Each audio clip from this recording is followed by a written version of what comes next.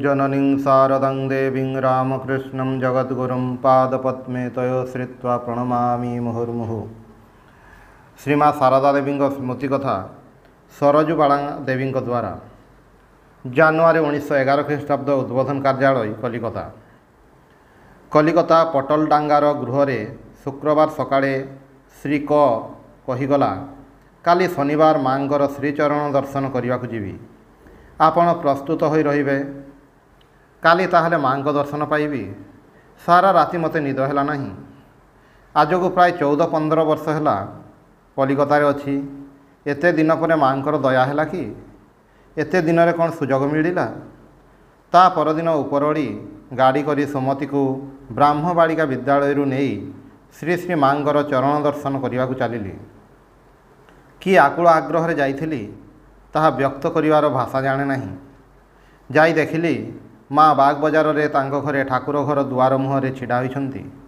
गोटिए पाद चौकाठ उपरे अन्य पाद पापच आरपटे। मुंडरे लुगा नहीं। बाँ हाथटी को टेकी कबाट उपरे रखिछंती। डाहाण हाथ तले रहिछि। देहर अर्धांशरे लुगा नहीं। एक दृष्टि रे अनाई रहिछंती। जाई प्रणाम करिवा मात्रे परिचय नेले। सुमती कहिला मोर बड़ भौणी। से पूर्वर केते दिन जाइथिला। सेतेबेले माँ थरे मो आड़ को अनाई कहिले एई देख माँ एमानंकु नै कि विपदरे पड़िछि। भाई बहु झियारी राधु समस्ते ज्वरे पड़िछंती। किए देखिबो किए पाखरे बसिबो ठीक नहीं। बस मु लुगा सफा करि आसुछि। आमे माने बसिलु। लुगा सफा करि आसी 2 हाथ भर्ती करी जिलापी प्रसाद आनी देई कहिले बहु अर्थात सुमती को दियो तुमे मध्य नियो। सुमती को शीघ्र स्कूल को फेरिबा को हेबो। तेणु से दिन टिके परे ही प्रणाम करी विदाय नेली। माँ कहिले पुणी आसीबो। मात्र 5 मिनिट पाई देखा। आशा पूरिला नहीं। अतृप्त प्राण रे बसा को फेरिली। 11 फेब्रुआरी 1911 ख्रीष्टाब्द। श्री श्री माँ से दिन बलराम बाबू घर को जाइथिले। मु तांकर बाग बजार घर को जाई टिके अपेक्षा करिया परे माँ फेरिले। प्रणाम करी उठिया मात्रे माँ हसी पचारिले कहा सांगरे आसीछ। मु कहिली मोर जड़े भणजा सांगरे। माँ कहिले तुमे भल अछ तो। बहु भल अच्छी। एते दिन आसीना भाविली देह खराब है ना कौन। विस्मित हो भाविली दिने मात्र 5 मिनिट पाई देखा होइथिला किंतु माँ आम मान को मने रखिछंती। ताहा भावी आनंदरे आखिरे लुह आसीगला। माँ मो आड़ को स्नेहरे अनाई कहउछंती तुमे आसीछ। तेणु सेठारे अर्थात बलराम बाबू घरे बसी मोर मन चंचल हो उठिथिला। मु एका बेलके आश्चर्य होइगली। माँकर गोटे शिशुपुतुरा क्षुदे पाई सुमती 2टी पसमर टपी देइथिला। माँ को ताहा देवारु से यही सामान्य जिनिस पाई केते जे खुशी हेले। खट उपरे बसी कहिले बस एठी मो पाखरे। पाखरे बसिली। माँ आदर करी कहिले तुमको जेपरी माँ आहुरी केते थर देखिछि जेमिति केते दिनर जनाशुना। मु कहिली के जानी माँ दिने तो केवल 5 मिनिट पाई आसिथिली। माँ हसिबाकु लागिले ओ आम 2 भौणी अनुराग भक्तिर अनेक प्रशंसा कले। आमे माने किंतु से सब प्रशंसा पाई केते दूर योग्य ताहा जाने नहीं।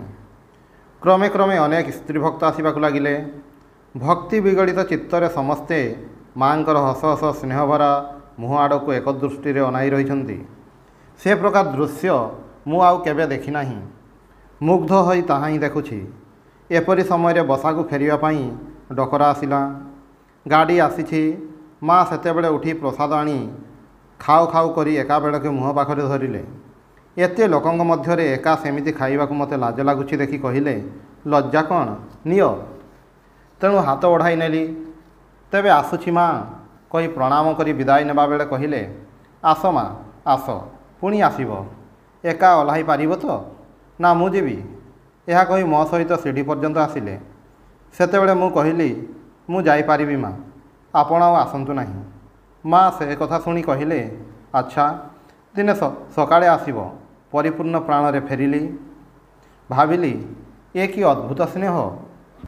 14 मई 1911 ख्रीष्टाब्द। ଆଜି ଯାଇ ପ୍ରଣାମ କରିବାରୁ ମା କହିଲେ, ଆସିଛ ମା? ମୁଁ ମନେ କରୁଛି କ'ଣ ହେଲା, କାହିଁକି ଆସୁନାହିଁ, ଏତେ ଦିନ ଆସିନ କାହିଁକି? ମୁଁ କହିଲି, ଏଠାରେ ନଥିଲି ମା, ବାପ ଘରକୁ ଯାଇଥିଲି। ମା ପଚାରିଲେ, ବୋହୂ ଅର୍ଥାତ୍ ସୁମତି ଆସୁନାହିଁ କାହିଁକି? ପଢ଼ାପଢ଼ି ଚାପରେ ନା କ'ଣ? ମୁଁ କହିଲି, ନା, ତାଙ୍କ ସ୍ୱାମୀ ଏଠାରେ ନଥିଲେ। ମା କହିଲେ, ସେ ତ ସ୍କୁଲ ଯାଉଛି। ଆଚ୍ଛା, ସେମାନେ ସଂସାର ଧର୍ମ କରନ୍ତି ତ? ମୁଁ କହିଲି, କାହାକୁ ସଂସାର କହନ୍ତି, କାହାକୁ ଧର୍ମ କହନ୍ତି, ତା ମୁଁ କ'ଣ ଜାଣେ ମା, ଆପଣ ହିଁ ଜାଣନ୍ତି। ମା ଟିକିଏ ହସିଲେ। ମା କହିଲେ, କେତେ ଗରମ ହେଉଛି। ଏହା କହି ପଙ୍ଖା ଖଣ୍ଡିକ ମୋ ହାତରେ ଦେଇ କହିଲେ, ଆହା, ଭାତ ଗଣ୍ଡାଏ ଖାଇ ସାଙ୍ଗେ ସାଙ୍ଗେ ଧାଇଁ ଆସିଛ, ଏବେ ମୋ ପାଖରେ ଟିକେ ଶୁଅ। ମାଙ୍କ ପାଇଁ ତଳେ ସଉପ ପକାଇ ଦେଇଛନ୍ତି। ତାଙ୍କ ବିଛଣାରେ ଶୋଇବାକୁ ସଂକୁଚିତ ହେଉଛି ଦେଖି କହିଲେ, ସେଥିରେ କ'ଣ ଅଛି ମା, ଶୁଅ, ମୁଁ କହୁଛି ଶୁଅ। ବାଧ୍ୟ ହୋଇ ଶୋଇଲି। ମାଙ୍କୁ ଟିକେ ତନ୍ଦ୍ରା ଆସୁଛି ଦେଖି ଚୁପ୍ କରି ରହିଛି। ଏପରି ସମୟରେ ଜଣେ ଦୁଇ ଜଣ ସ୍ତ୍ରୀ ଭକ୍ତ ଏବଂ ଶେଷରେ ଦୁଇ ଜଣ ସନ୍ନ୍ୟାସିନୀ ଆସିଲେ। ଜଣେ ପ୍ରୌଢ଼ା, ଅନ୍ୟ ଜଣେ ଯୁବତୀ। ମା ଆଖି ବୁଜି କହୁଛନ୍ତି, କିଏ ଗୋ ମା, ଗୌରଦାସୀ ଆସିଲ? ଯୁବତୀ କହିଲେ, ଆପଣ କିପରି ଜାଣିଲେ ମା? ମା କହିଲେ, ଜାଣିପାରିଛି। କିଛି କ୍ଷଣ ପରେ ଉଠି ବସିଲେ। ଯୁବତୀ କହିଲେ, ବେଲୁର ମଠକୁ ଯାଇଥିଲି। ପ୍ରେମାନନ୍ଦ ସ୍ୱାମୀଜୀ ଖୁବ୍ ଖୁଆଇ ଦେଇଛନ୍ତି। ସେ ଥିଲେ ତ ନ ଖାଇ ଫେରିବାର ଉପାୟ ନାହିଁ। ଯୁବତୀ ସିନ୍ଦୁର ଲଗାଇ ନାହାନ୍ତି ଦେଖି ମା ତାଙ୍କୁ ଟିକିଏ ଗାଳି ଦେଲେ। ପରେ ଶ୍ରୀ ଶ୍ରୀ ମାଙ୍କ ପାଖରୁ ମୋର ପରିଚୟ ନେଇ ଗୌରୀ ମା ଦିନେ ତାଙ୍କ ଆଶ୍ରମକୁ ମୋତେ ଯିବାକୁ କହିଲେ। ସେଠାରେ ପ୍ରାୟ 50-60 ଜଣ ମହିଳାଙ୍କୁ ଶିକ୍ଷା ଦିଆଯାଏ। ତୁମେ ସିଲେଇ ଜାଣ? ମୁଁ ସାମାନ୍ୟ କିଛି ଜାଣି କହିବାରୁ ସେ ତାଙ୍କ ଆଶ୍ରମର ଝିଅମାନଙ୍କୁ ତାହା ହିଁ ଶିଖେଇ ଦେଇ ଆସିବାକୁ କହିଲେ। ମାଙ୍କ ଆଦେଶ ପାଇ ଗୌରୀ ମାଙ୍କ ଆଶ୍ରମକୁ ଦିନେ ଗଲି। ସେ ଖୁବ୍ ସ୍ନେହ ଯତ୍ନ କଲେ ଏବଂ ପ୍ରତ୍ୟହ ଘଣ୍ଟାଏ 2 ଘଣ୍ଟା ଆସି ଝିଅ ପିଲାମାନଙ୍କୁ ପଢ଼ାଇବାକୁ ଅନୁରୋଧ କଲେ। ମୁଁ କହିଲି, ମୋର ଏହି ସାମାନ୍ୟ ଶିକ୍ଷା ନେଇ ଶିକ୍ଷୟିତ୍ରୀ ହେବା ବିଡ଼ମ୍ବନା। କ, ଖ ଇତ୍ୟାଦି ପଢ଼ାଇବାକୁ କହିଲେ ପାରିବି। ଗୌରୀ ମା କିନ୍ତୁ ଏକଦମ ନଛୋଡ଼ ବନ୍ଧା। ଅଗତ୍ୟା ସ୍ୱୀକୃତ ହୋଇ ଆସିବାକୁ ପଡ଼ିଲା। ଦିନେ ସ୍କୁଲ ଛୁଟି ହେଲେ ଗୌରୀ ମାଙ୍କ ଆଶ୍ରମରୁ ମାଙ୍କର ଶ୍ରୀଚରଣ ଦର୍ଶନ କରିବାକୁ ଗଲି। ଗ୍ରୀଷ୍ମକାଳ, ସେଦିନ ଟିକିଏ ପରିଶ୍ରାନ୍ତ ହୋଇଥିଲି। ଦେଖିଲି ମା ଘର ଭର୍ତ୍ତି ସ୍ତ୍ରୀ ଭକ୍ତଙ୍କ ମଝିରେ ବସିଛନ୍ତି। ମୁଁ ଯାଇ ପ୍ରଣାମ କରିବାରୁ ମୋ ମୁହଁକୁ ଅନାଇ ମଶାରୀ ଉପରୁ ଝଟ୍ କରି ପଙ୍ଖା ଖଣ୍ଡିକ ନେଇ ମୋତେ ବିଞ୍ଚିବାକୁ ଲାଗିଲେ। ବ୍ୟସ୍ତ ହୋଇ କହିଲେ, ଶୀଘ୍ର ଦେହରୁ ଜାମା ଖୋଲି ପକାଉ, ଦେହରେ ଟିକିଏ ପବନ ବାଜୁ। କି ଅପୂର୍ବ ସ୍ନେହ ଭଲ ପାଇବା! ଏତେ ଲୋକଙ୍କ ମଧ୍ୟରେ ଏତେ ଆଦର ଯତ୍ନ! ମୋତେ ଖୁବ୍ ଲାଜ ଲାଗିଲା। ସମସ୍ତେ ଅନେଇ ଦେଖୁଥିଲେ। ମା ନିତାନ୍ତ ବ୍ୟସ୍ତ ହେଉଛନ୍ତି ଦେଖି ଜାମା ଖୋଲିବାକୁ ହିଁ ହେଲା। ମୁଁ ଯେତେ କୁହେ ପଙ୍ଖା ଖଣ୍ଡିକ ମୋତେ ଦିଅନ୍ତୁ, ମୁଁ ବିଞ୍ଚି ହେବି, ସେତେ ହିଁ ସ୍ନେହ ଭରେ କହିବାକୁ ଲାଗିଲେ, ହଉ ହଉ ହେଲା, ଟିକେ ଥଣ୍ଡା ହୋଇଯାଅ। ତାପରେ ପ୍ରସାଦ ଖୁଆଇ ଓ ଗିଲାସେ ପାଣି ପିଆଇ ତେବେ ଯାଇ ଶାନ୍ତ ହେଲେ। ସ୍କୁଲର ଗାଡ଼ି ଛିଡ଼ା ହୋଇଥିଲା, ତେଣୁ ପଦେ ଅଧେ କଥା କହି ସେଦିନ ଫେରିବାକୁ ହେଲା। 3 ଅଗଷ୍ଟ 1911 ଖ୍ରୀଷ୍ଟାବ୍ଦ। ଆଜି ସକାଳୁ କିଛି ଜିନିଷପତ୍ର ନେଇ ଦୀକ୍ଷା ନେବା ଆକାଂକ୍ଷାରେ ଗଲି। କ'ଣ କ'ଣ ଦ୍ରବ୍ୟ ଦରକାର ହୁଏ ତାହା ଗୌରୀ ମାଙ୍କ ପାଖରୁ ଜାଣି ତାଙ୍କୁ ମଧ୍ୟ ସାଙ୍ଗରେ ନେଇଯାଇଥିଲି। ମାଙ୍କ ଘରକୁ ଯାଇ ଦେଖେ ମା ଏକାଗ୍ର ଚିତ୍ତରେ ଠାକୁର ପୂଜା କରୁଛନ୍ତି। ଆମେମାନେ ପହଞ୍ଚିବାର ଟିକିଏ ପରେ ଆମକୁ ଦେଖି ଇଙ୍ଗିତରେ ବସିବାକୁ କହିଲେ। ପୂଜା ଶେଷ ହେବା ପରେ ଗୌରୀ ମା ମୋର ଦୀକ୍ଷା କଥା କହିଲେ। ପୂର୍ବରୁ ମାଙ୍କ ସହିତ ଦିନେ ମୋର ମଧ୍ୟ ସେ ବିଷୟରେ କଥା ହୋଇଥିଲା। ଭଲ ପାଚିଲା କଦଳୀ ନେଇ ଯାଇଥିଲି। ମା ଦେଖି କହିଲେ, ଏଇ ତ ତୁମେ ଖୁବ୍ ଭଲ କଦଳୀ ଆଣିଛ। ଜଣେ ସାଧୁଙ୍କ ନାମ କରି ସେ କଦଳୀ ଖାଇବାକୁ ଚାହିଁଥିଲା, ବେଶ କରିଛ। ପରେ କହିଲେ, ସେହି ଆସନ ଖଣ୍ଡିକ ଆଣି ମୋର ବାଁ ପଟେ ଆସି ବସ। ମୁଁ କହିଲି, ଗଙ୍ଗା ସ୍ନାନ ତ କରାହୋଇନାହିଁ। ମା କହିଲେ, ତା ହେଉ, ଲୁଗାପଟା ତ ବଦଳେଇ ଆସିଛ। ପାଖରେ ବସିଲି। ଛାତି ଧଡ଼ ଧଡ଼ ହେବାକୁ ଲାଗିଲା। ମା ସେତେବେଳେ ସେହି ଘର ଭିତରୁ ସମସ୍ତଙ୍କୁ ବାହାରକୁ ଚାଲିଯିବାକୁ କହିଲେ। ତାପରେ ପଚାରିଲେ, ସ୍ୱପ୍ନରେ କ'ଣ ପାଇଛ କୁହ। ମୁଁ କହିଲି, ଲେଖିଦେବି ନା ମୁହଁରେ କହିବି। ମା କହିଲେ, ମୁହଁରେ କୁହ। ଦୀକ୍ଷା ବେଳେ ଶ୍ରୀ ଶ୍ରୀ ମା ସ୍ୱପ୍ନରେ ପ୍ରାପ୍ତ ମନ୍ତ୍ରର ଅର୍ଥ କହିଦେଲେ। ତାପରେ କହିଲେ, ଆଗେ ସେଇଟି ଜପ କରିବ। ପରେ ସେ ଆଉ ଗୋଟିଏ ମନ୍ତ୍ର ଦେଇ କହିଲେ, ଶେଷରେ ଏହା ଜପ ଓ ଧ୍ୟାନ କରିବ। ମନ୍ତ୍ରଟିର ଅର୍ଥ କହିବା ପୂର୍ବରୁ ମାଙ୍କୁ କେତେ ମିନିଟ୍ ପାଇଁ ଧ୍ୟାନସ୍ଥ ହେବା ଦେଖିଥିଲି। ମନ୍ତ୍ର ଦେବାବେଳେ ମୋର ସମସ୍ତ ଦେହ ଥରିବାକୁ ଲାଗିଲା ଏବଂ ଜାଣେ ନାହିଁ କାହିଁକି ମୁଁ କାନ୍ଦିବାକୁ ଲାଗିଲି। ମା ଆମର କପାଳରେ ବଡ଼ କରି ଗୋଟାଏ ରକ୍ତଚନ୍ଦନର ଟପା ଲଗାଇଦେଲେ। ଦକ୍ଷିଣା ଓ ଠାକୁରଙ୍କ ଭୋଗ ପାଇଁ କିଛି ଟଙ୍କା ଦେଲି। ଶ୍ରୀ ଶ୍ରୀ ମା ପରେ ଗୋଲାପ ମାଙ୍କୁ ଡାକି ଭୋଗର ଟଙ୍କା ତାଙ୍କ ହାତରେ ଦେଲେ। ଦୀକ୍ଷା ବେଳେ ମାଙ୍କୁ ଖୁବ୍ ଗମ୍ଭୀର ଥିବା ଦେଖିଲି। ପରେ ପୂଜା ଆସନରୁ ମା ଉଠିଗଲେ। ମୋତେ କହିଲେ, ତୁମେ କିଛି ସମୟ ଧ୍ୟାନ, ଜପ, ପ୍ରାର୍ଥନା କର। ମୁଁ ସେହିପରି କରିସାରିବା ପରେ ଉଠି ମାଙ୍କୁ ପ୍ରଣାମ କରିବା ମାତ୍ରେ ମା ଆଶୀର୍ବାଦ କଲେ, ଭକ୍ତି ଲାଭ ହେଉ। ମନେ ମନେ ମାଙ୍କୁ କହିଲି, ଦେଖ ମା, ତୁମ କଥା ମନେ ରଖିବ, ଯେପରି ଫାଙ୍କି ନ ଦିଅ। ଶ୍ରୀ ଶ୍ରୀ ମା ଏଥର ଗଙ୍ଗା ସ୍ନାନକୁ ଯିବେ। ଗୋଲାପ ମା ତାଙ୍କ ସାଙ୍ଗରେ ଯିବେ। ମୁଁ ମଧ୍ୟ ମାଙ୍କ ଲୁଗା ଓ ଗାମୁଛା ନେଇ ସାଙ୍ଗରେ ଗଲି। ସ୍ନାନ କରିବା ପାଇଁ ମା ପାଣିରେ ଓହ୍ଲାଇଛନ୍ତି। ଏପରି ସମୟରେ ଅଳ୍ପ ଅଳ୍ପ ବର୍ଷା ଆରମ୍ଭ ହେଲା। ସ୍ନାନ କରି ଉଠି ଘାଟର ପଣ୍ଡା ବ୍ରାହ୍ମଣଙ୍କୁ ଗୋଟିଏ କଦଳୀ, ଗୋଟିଏ ଆମ୍ବ ଓ ଗୋଟିଏ ପଇସା ଦେଇ ମା କହିଲେ, ଫଳ ମୁଁ ଦେଲି ସତ, କିନ୍ତୁ ଦାନର ଫଳ ତୁମର। ହାୟ ପଣ୍ଡା ଠାକୁର, ଜାଣିଲ ନାହିଁ କାହା ହାତରୁ ତୁମେ ଆଜି ଦାନ ପାଇଲ, ପୁଣି କେତେ ବଡ଼ କଥା ଶୁଣିଲ। କୋଟି କାମନାରେ ବିଜଡ଼ିତ ମନୁଷ୍ୟ ଆମେ ସେହି ଦୈବବାଣୀର ମର୍ମ କ'ଣ ବୁଝିବା। ମୋ ପାଖରୁ ଲୁଗା ଖଣ୍ଡିକ ନେଇ ପିନ୍ଧି ଅଦା ଲୁଗା ଖଣ୍ଡିକ ମୋ ହାତରେ ଦେଇ ମା କହିଲେ, ଚାଲ। ଆଗରେ ଗୋଲାପ ମା ମଝିରେ, ମୁଁ ପଛରେ ଚାଲିଲି। ଛୋଟିଆ ଗୋଟିଏ ଲଟାରେ ଗଙ୍ଗାଜଳ ନେଇ ମା ରାସ୍ତା କଡ଼ର ପ୍ରତ୍ୟେକ ବରଗଛ ମୂଳରେ ପାଣି ଢାଳି ଢାଳି ପ୍ରଣାମ କରି ଯିବାକୁ ଲାଗିଲେ। ମା ସେତେବେଳେ ରାଜାଙ୍କର ଘାଟରେ ସ୍ନାନ କରୁଥିଲେ। କାରଣ ନୂଆ ଘାଟ ଅର୍ଥାତ୍ ଦୁର୍ଗାଚରଣ ମୁଖାର୍ଜୀଙ୍କ ଘାଟ ସେତେବେଳେ ତିଆରି ହୋଇନଥିଲା। ଗୋଲାପ ମା ଗୋଟିଏ ଛୋଟିଆ କଳସୀରେ ଗଙ୍ଗାଜଳ ନେଇ ଆସିଥିଲେ। ଘରକୁ ଫେରି ତା ଠାକୁର ଘରେ ରଖିବାକୁ ଗଲେ।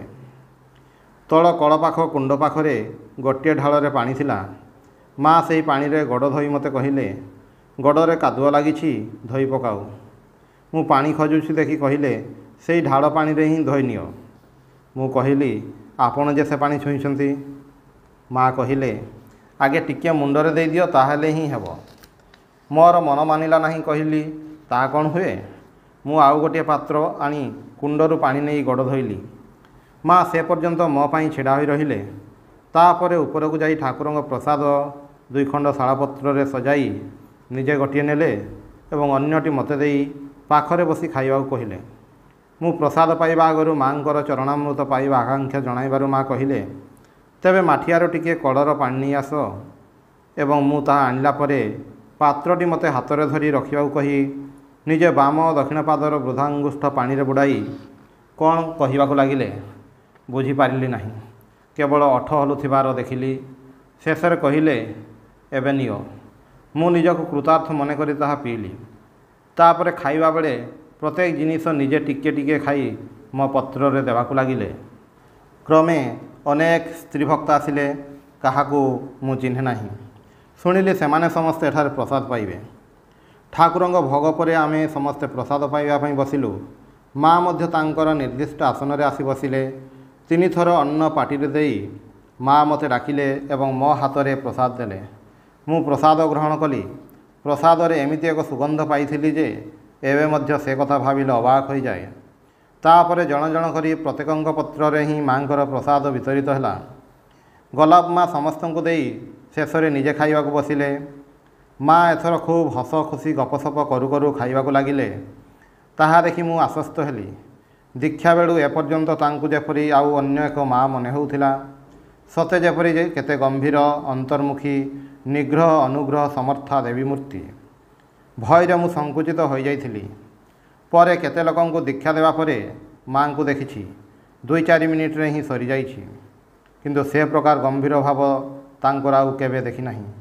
କେତେକଙ୍କୁ ହସି ହସି ଠିଆ ହୋଇ ଅଥବା ବସି ଦୀକ୍ଷା ଦେଇଛନ୍ତି।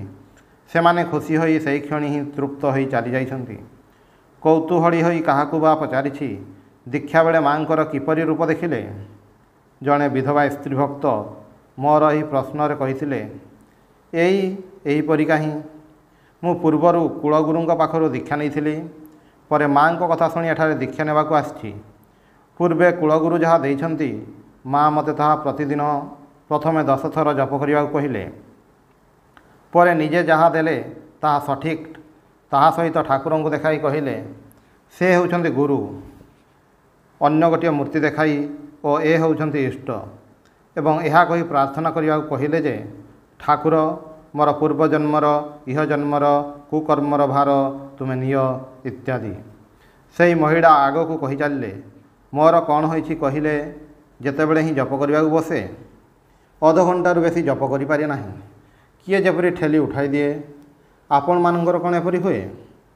ଭାବେ ମାଆଙ୍କ ପାଖରେ କେତେ କଥା କହିବି, କିଛି ହିଁ କହିପାରେ ନାହିଁ। ଆପଣମାନେ ତ ବେଶ୍ ମାଆଙ୍କ ସହିତ କଥା କହିପାରନ୍ତି, ମାଆ କ'ଣ ମୋତେ ଫାଙ୍କି ଦେଲେ? ମୁଁ କିନ୍ତୁ ଏତେ କଥା ଜାଣିବାକୁ ଚାହିଁନଥିଲି। ସ୍ତ୍ରୀ ଲୋକଟିର ପ୍ରାୟ ପ୍ରୌଢ଼ାବସ୍ଥା, ସରଳ ଭାବରେ ସବୁକିଛି ଆପେ ଆପେ କହିଗଲେ। ମୁଁ କହିଲି, ଯାହା ଆପଣଙ୍କର ଇଚ୍ଛା ହୁଏ ମାଆଙ୍କ ପାଖରେ କହନ୍ତୁ ନା। 2-4 ଦିନ କହୁ କହୁ ସହଜ ହୋଇ ଆସିବ। ଆମେମାନେ ମଧ୍ୟ ପ୍ରଥମେ ଏତେ କଥା କହିପାରୁନଥିଲୁ। ଏବେ ମଧ୍ୟ ସମୟ ସମୟରେ ଏପରି ଗମ୍ଭୀର ଭାବ ଧାରଣ କରନ୍ତି, ପାଖକୁ ଯାଇ ହୁଏ ନାହିଁ। ଦିନ ସରିଆସିବାରୁ ସମାଗତ ଭକ୍ତ ମହିଳାମାନେ ଶ୍ରୀ ଶ୍ରୀ ମାଙ୍କୁ ପ୍ରଣାମ କରି ଜଣେ ଜଣେ ବିଦାୟ ନେବାକୁ ଲାଗିଲେ। କେହି କେହି ଆଳତୀ ଦେଖି ଯିବେ ବୋଲି କହିଲେ। ଶ୍ରୀ ଶ୍ରୀ ମା ଲୁଗା କାଚି ଆସି ଠାକୁରଙ୍କ ଅପରାହ୍ନ ଭୋଗ ଲଗାଇ ପ୍ରତ୍ୟେକଙ୍କୁ ପ୍ରସାଦ ଦେଲେ। କ୍ରମେ ସନ୍ଧ୍ୟା ନଇଁ ଆସିଲା। ମା, ରାଧୁ, ମାକୁ ପ୍ରଭୃତିକୁ ଠାକୁର ଘରକୁ ଆସି ଜପ କରିବା ପାଇଁ ବସିବାକୁ କହିଲେ। ସେମାନେ ଆସିବାକୁ ବିଳମ୍ବ କରିବାରୁ ମା ଅସନ୍ତୋଷ ପ୍ରକାଶ କରି କହିଲେ, ସନ୍ଧ୍ୟାବେଳେ ଆସି ସମସ୍ତେ ଜପ ଆଦି କରିବେ, ତାହା ନ କରି କେଉଁଠି କ'ଣ କରୁଛନ୍ତି ଦେଖ। ଟିକିଏ ପରେ ସେମାନେ ଆସି ଜପ କରିବାକୁ ବସିଲେ। ପୂଜନୀୟ ଗୋଲାପ ମା, ଜଗିନ୍ମା ପ୍ରଭୃତି ସନ୍ଧ୍ୟା ସମୟରେ ଭକ୍ତିପୂର୍ବକ ଶ୍ରୀ ଶ୍ରୀ ମାଙ୍କର ପଦଧୂଳି ଗ୍ରହଣ କଲେ। ମା ସେମାନଙ୍କର ମୁଣ୍ଡରେ ହାତ ଦେଇ ଆଶୀର୍ବାଦ କଲେ। କାହାରି କାହାରି ଚିବୁକ ସ୍ପର୍ଶ କରି ଚୁମା ଖାଇଲେ। ପୁଣି ହାତ ଯୋଡ଼ି ନମସ୍କାର ମଧ୍ୟ କଲେ। ତାପରେ ଠାକୁର ପ୍ରଣାମ କରି ଖଣ୍ଡେ ଆସନ ପକାଇ ଜପ କରିବା ପାଇଁ ବସିଲେ। ସନ୍ଧ୍ୟା ଆରତିର ଉଦ୍ଯୋଗ ହେଉଛି। ଶ୍ରୀ ଶ୍ରୀ ମା କିଛି କ୍ଷଣ ପରେ ଜପ ଶେଷ କରି ଉଠିଲେ। ଘରୁ ଗୋଟିଏ ପିଲା ମୋତେ ନେବାକୁ ଆସିଛି। ମାଆଙ୍କ ପାଖକୁ ବିଦାୟ ନେବାକୁ ଯାଇ କହିଲି, ମା, କାହିଁ ସେଦିନର ସେ ଲୁଗା ଖଣ୍ଡିକ ତ ପିନ୍ଧିଲେ ନାହିଁ। ମା କହିଲେ, ଠିକ୍ ତ ମା, ସେତେବେଳେ ମନେ ପକାଇଦେଲ ନାହିଁ କାହିଁକି? ପ୍ରଣାମ କରି ଘରକୁ ଫେରି ଆସିଲି। ଓଁ ନିରଞ୍ଜନମ୍ ନିତ୍ୟମନନ୍ତ ରୂପମ୍ ଭକ୍ତାନୁକମ୍ପାଧିତ ବିଗ୍ରହଂ ବୈ ଈଶାବତାରಂ ପରମେଶମୀଡ୍ୟଂ ତ୍ୱଂ ରାମକୃଷ୍ଣଂ ଶିରସା ନମାମି।